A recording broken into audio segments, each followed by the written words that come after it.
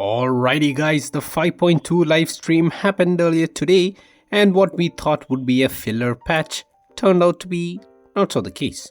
So without dragging the intro much longer, let's dive into its analysis. Starting with the most important detail, the new Archon quest. Yep, we have another Archon quest coming in 5.2, but this time it's an interlude. The 5.2 Archon quest will be centered around Chaska's tribe, the Flower Feather clan. Apparently, during the Great War that took place in version 5.1, the Flower Feather clan was the tribe that faced the worst of the abyssal contamination. This contamination has not only affected the bodies but also the minds of many of the tribe members. So the Archon quest will be focusing on us trying to help out the tribe alongside Ian-san, who already finished rebuilding her own tribe, the Collective of Plenty. I'm guessing we would be fighting Feather Clan warriors suffering from residual abyssal corruption and cleanse them using our power. But that's not all. Capitano also apparently wants to help out.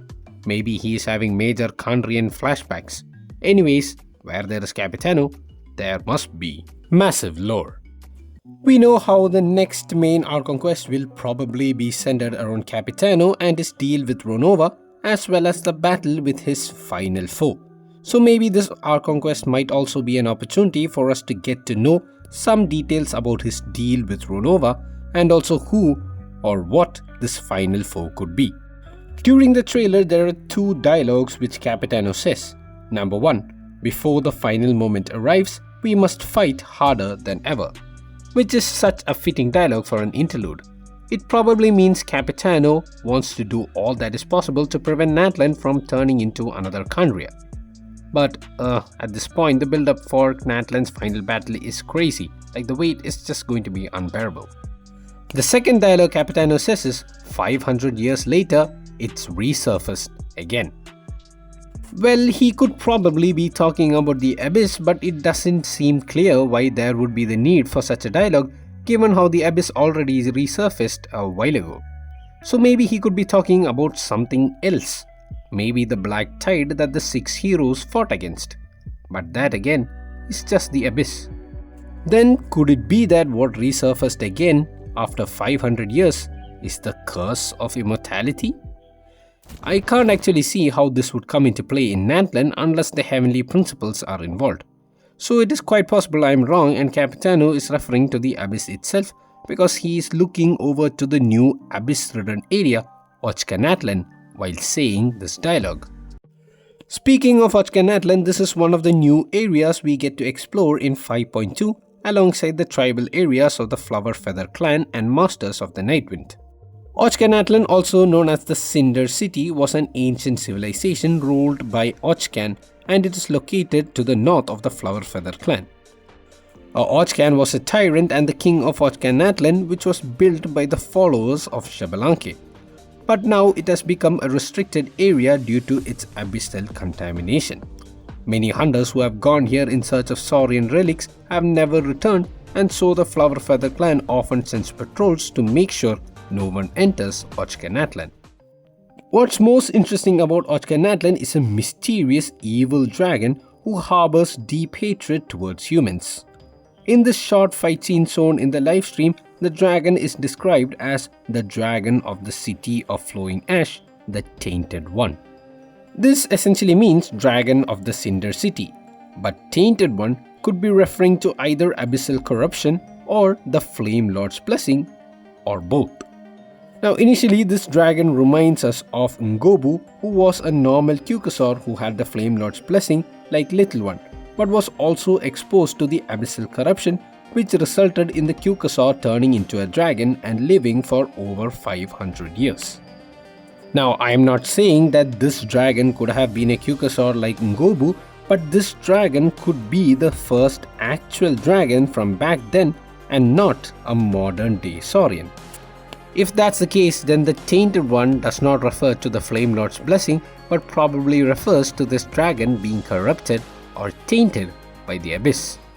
Now our journey of Ochka Natlan could most probably be the continuation of the world quest with Little One, where we search for the golden entreaty required to reach the Tolan volcano to remove Little One's Flame Lord blessing.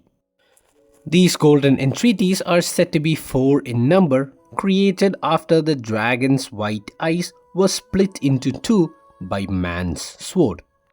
Interestingly enough, we get a glimpse of a mysterious sword within Ochkanatlan in the livestream, which I'm guessing was the sword Xbalanque used to split the Pyro Dragon Sovereign's eyes.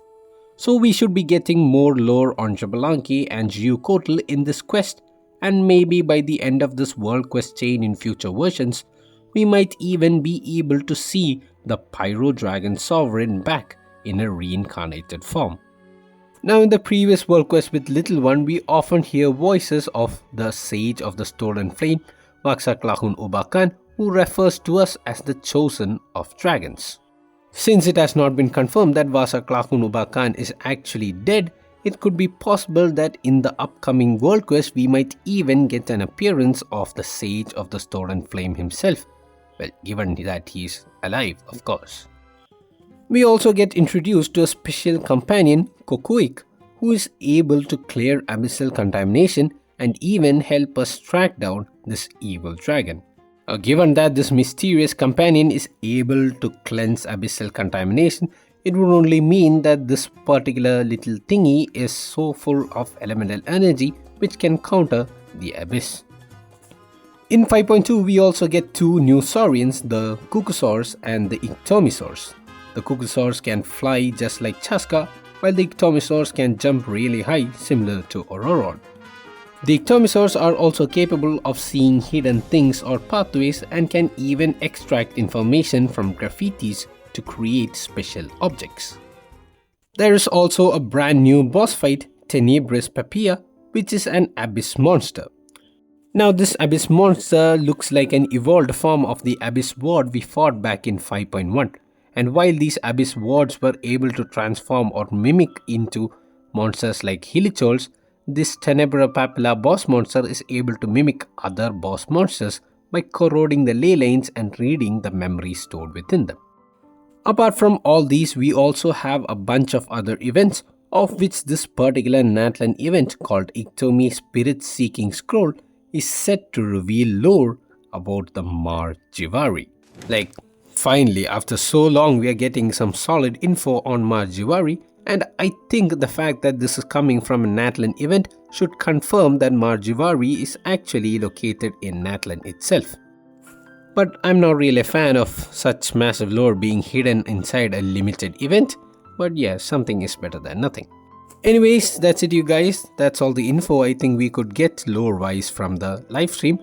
So do you guys think this still is a filler patch, or maybe, yeah, compared to 5.1 and 5.0, it might not have that much information or groundbreaking lore reveals, but still, it's got something and is not definitely completely a filler patch.